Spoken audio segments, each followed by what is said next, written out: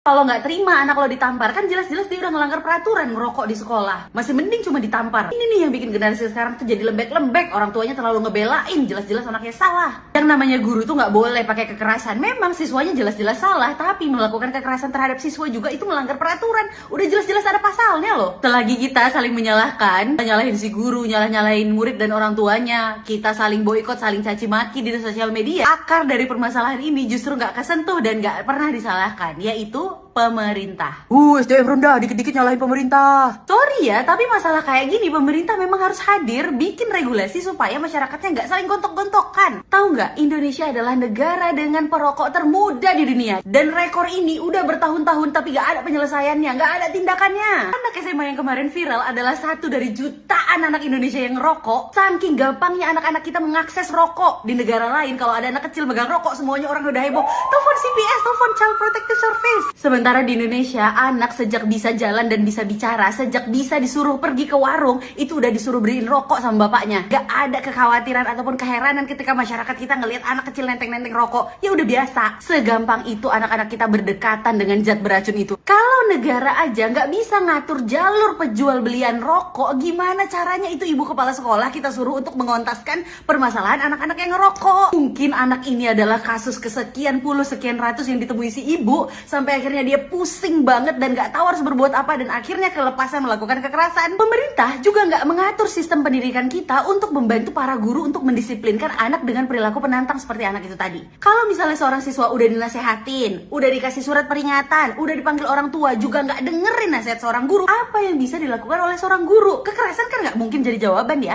tapi apa yang bisa dilakukan? Apakah pemerintah akan memfasilitasi datangnya psikolog ataupun psikiater ke sekolah untuk membantu anak ini? Apakah mungkin dinas sosial akan turun? Ada sistemnya yang membantu guru-guru ini sehingga mereka juga ya kehabisan akal lah. Dengan sistem selemah itu, kita yang disuruh berantem, kita yang gontok-gontokan antara wali murid, sekolah dengan murid-murid, nggak perlu. Karena yang seharusnya turun tangan menyelesaikan ini adalah pemerintah. Bikin sistem yang jelas. Ayo kita kembali fokus. Ini adalah permasalahan besar yang mengancam masa depan anak-anak kita, soal rokok. Apakah pemerintah kita berani mengeluarkan regulasi yang jelas atau sekedar senyum-senyum menikmati uang cukainya?